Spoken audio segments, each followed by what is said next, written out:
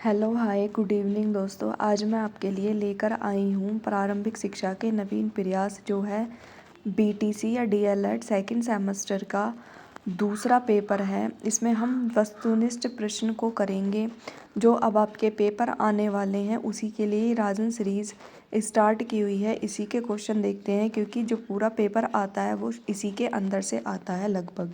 तो चलिए करते हैं स्टार्ट। पहला दिया हुआ है कलकत्ता में मदरसा की स्थापना किसने की थी? तो किसने की थी? ये की थी आपकी वॉरेन हेस्टिंग ने। सेकंड क्वेश्चन है आपका किसे राष्ट्रीय शिक्षा आयोग भी कहते हैं? तो कोठारी आयोग को राष्ट्रीय शिक्षा आयोग भी कहते हैं। भारतीय शिक्षा आयोग का गठन किया गया था। तो भारतीय शिक्षा आयोग का गठन 1882 में किया गया था। फोर्ट विलियम कॉलेज की स्थापना किसके द्वारा की गई थी? तो ये आपकी लॉर्ड वेलेजली के द्वारा करी गई थी। नियसंदन सिद्धांत के प्रतिपादक कौन थे? तो नियसंदन सिद्धांत के प्रतिपादक लॉर्ड मेकाले थे। ऑपरेशन ब्लैक बोर्ड कब प्रारंभ हुआ था? तो 1887-88 में प्रारंभ हुआ था।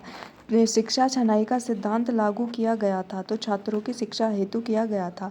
कस्तूरबा गांधी विद्यालय योजना का संबंध है। तो ये किससे है? ये आपकी प्राथमिक बालिका शिक्षा से है। भारतीय विश्वविद्यालय अधिनियम किस वर्ष पारित किया गया था? तो 1904 में पारित किया गया था। कलकत्ता एवं बम्बई विद्यालय की स्थापना का आदर्श किसे बनाया गया था? तो ये बनाया गया था आपका लंदन विद्यालय को। गोखले विधेयक प्रस्तुत किया गया था। तो ये किया गया था 16 मार्च 1911 को। चलिए बढ़ते हैं नेक्स्ट क्वेश्चन की तरफ। नेक्स्ट क्वेश्चन है आपका प्राच्य पाश्चात्यवाद विवाद का जन्म हुआ था। तो 1813 के आज्ञा पत्र से। शिक्षा का आयोग 1964-66 के अध्यक्ष थे। तो वो थे श्री DS कोठारी। शिक्षा को समवर्ती सूची में स्थान कब दिया गया था? तो ये 1976 में दिया गया था। निःशुल्क एवं अनिवार्य बाल शिक्षा अधिकार अधिनियम किस वर्ष पारित हुआ था? तो 2009 में। कस्तूरबा गांधी बालिका विद्यालय योजना भारत सरकार द्वारा कब प्रारंभ की गई थी? 2004 में। जिला प्राथमिक शिक्षा कार्यक्रम की क्या विशेषताएं हैं? तो ये सारी ही विशेषताएं हैं। शिक्षा में सबकी भागीदारी, शिक्षा में बराबरी पर बल, नए शैक्षणिक प्रयोग, तो ये सारे हैं। अध्यापक शिक्षा हेतु नियामक संस्था है। तो ये है NCTE। राष्ट्रीय पाठ्यचर्या 2005 के प्रारंभ का अंश रविंद्रनाथ टैगोर के किस निबंध से लिया गया है? तो ये सभ्यता और संस्कृति से लिया गया है। 1992 में गठित यशपाल समिति किससे संबंधित थी? तो स्कूली छात्रों के बोझ को कम करने से संबंधित थी। छनाई का सिद्धांत किसके द्वारा प्रतिपादित किया गया था? तो लॉर्ड मेकाले के द्वारा प्रतिपादित किया गया था। नवोदय विद्यालय की स्थापना किसकी स्तुति पर की गई थी? तो नई शिक्षा नीति की स्तुति पर की गई थी। चलिए बढ़ते हैं नेक्स्ट क्वेश्चन की तरफ। नेक्स्ट क्वेश्चन है आपका जब कोई बालक किसी भी अवस्था में प्राथमिक शिक्षा पूर्ण किए बिना ही विद्यालय छोड़कर जाता है तो उसे क्या कहा जाता है? तो उसको अवरोध कहा जाता है। क्या कहा जाता है? उसको अवरोध कहा जाता है। भारतीय शिक्षा का आयोग गठन 1982 में हुआ था। इसके अध्यक्ष कौन थे? तो इसके अध्यक्ष सर विलियम हंटर है। हंटर आयोग का संबंध है 1882-83 से इसका संबंध है। मेकाले के विवरण पत्र का संबंध है तो 1935 से संबंध है। यशपाल समिति का गठन कब हुआ था? तो 1992 में यशपाल समिति का गठन हुआ था। डकार विश्व शिक्षा सम्मेलन किस वर्ष हुआ था? तो ये 2000 में हुआ था। ऑपरेशन ब्लैक बोर्ड का गठन किसके अंतर्गत पूरा हुआ था? राष्ट्रीय शिक्षा नीति 1986। सर्व शिक्षा अभियान का संबंध है डकार विश्व सम्मेलन से। ब्रिज कोर्स को समाप्त किया था। तो निःशुल्क एवं अनिवार्य शिक्षा का अधिकार अधिनियम 2009 ने। संयुक्त राष्ट्र संघों ने बालकों के अधिकारों की घोषणा कब करी की थी? 20 नवंबर 1989 को।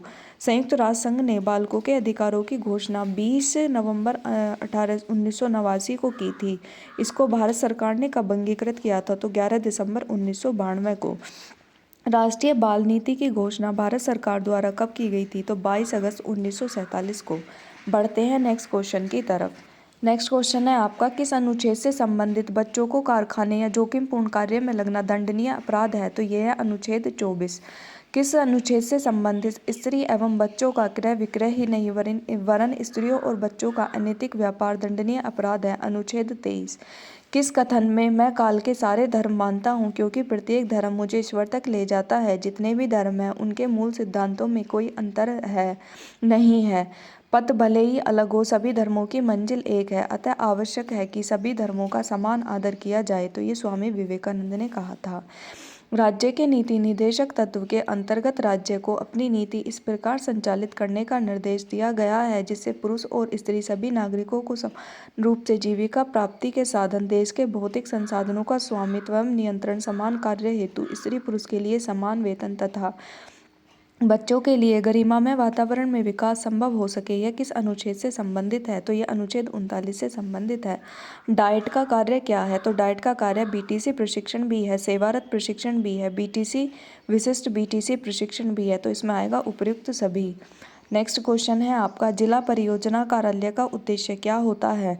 तो शिक्षा का सार्वभौमिकरण भी इसका उद्देश्य होता है, बीआरसी प्रशिक्षण भी इसका उद्देश्य होता है, विद्यालय भवन का निर्माण भी इसका उद्देश्य होता है। तो इसमें आएंगे उपयुक्त सभी। 6 से 14 वय वर्ग के छात्रों हेतु अनिवार्य एवं निःशुल्क शिक्षा का प्रावधान है। तो धारा 45 के अंतर्गत शिक्षा बिना बोझ का संबंध किससे है? तो यह यशपाल समिति से संबंधित है। बढ़ते हैं नेक्स्ट क्वेश्चन की तरफ। नेक्स्ट क्वेश्चन है आपका, राष्ट्रीय शिक्षा नीति कब बनी थी? तो राष्ट्रीय शिक्षा नीति बनी थी आपकी 1986 में बनी थी। राष्ट्रीय शिक्षा नीति को कितने खंडों में बांटा गया है? तो 12 खंडों में बांटा गया है। कस्तूरबा गांधी बालिका विद्यालय की स्थापना किस स्तर पर की जाती है? तो ये ब्लॉक स्तर पर की जाती है। कस्तूरबा गांधी बालिका विद्यालय में कितने वर्ष तक की शिक्षा दी जाती है? तो 3 वर्ष तक की शिक्षा दी जाती है। कस्तूरबा गांधी बालिका विद्यालय में बालिकाओं की आयु वर्ग क्या है? तो ये है 11 से 14 वर्ष। कस्तूरबा गांधी बालिका विद्यालय की स्थापना किस प्रकार के ब्लॉक में की जाती है? तो शैक्षिक रूप से पिछड़े ब्लॉक में। कस्तूरबा गांधी बालिका विद्यालय में बालिकाओं को किस कक्षा में प्रवेश किया जाता है? तो कक्षा 6 में प्रवेश दिया जाता है। कस्तूरबा गांधी बालिका विद्यालय में बालिकाओं को शिक्षा किन किन कक्षाओं में दी जाती है? तो 6, 7, 8 में दी जाती है। ग्राम शिक्षा समिति का अध्यक्ष होता है तो ग्राम प्रधान होता है। ग्राम शिक्षा समिति का सचिव होता है तो ये प्रधान अध्यापक होता है। ग्राम शिक्षा समिति में कितने अभिभावक होते हैं? तो 3 होते हैं। ग्राम शिक्षा समिति में कुल कितने सदस्य होते हैं? तो ये होते हैं 5। ग्राम शिक्षा समिति में कितनी महिलाएं अभिभावकों का होना आवश्यक है? तो 1 महिला अभिभावक जरूर होनी चाहिए।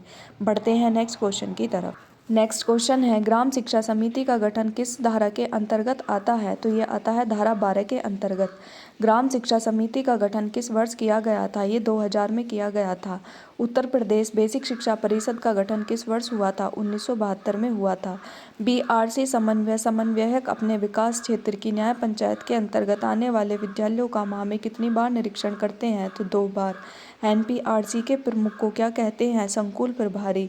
एनपीआरसी समन्वयक अपने क्षेत्र के विद्यालयों का निरीक्षण प्रत्येक माह में कितनी बार करते हैं? तो ये करते हैं आपकी 2 बार। राज्य परियोजना कार्यालय है, राज्य परियोजना कार्यालय लखनऊ में है। राज्य विज्ञान शिक्षा संस्थान कहाँ है? ये इलाहाबाद में है। राजश्री टंडन मुक्त विश्वविद्यालय का गठन किस वर्ष हुआ था? तो 1999 में हुआ था। सीमेंट कहाँ है? तो ये इलाहाबाद में है। एससीईआरटी का गठन कब हुआ था? तो ये 1981 में हुआ था।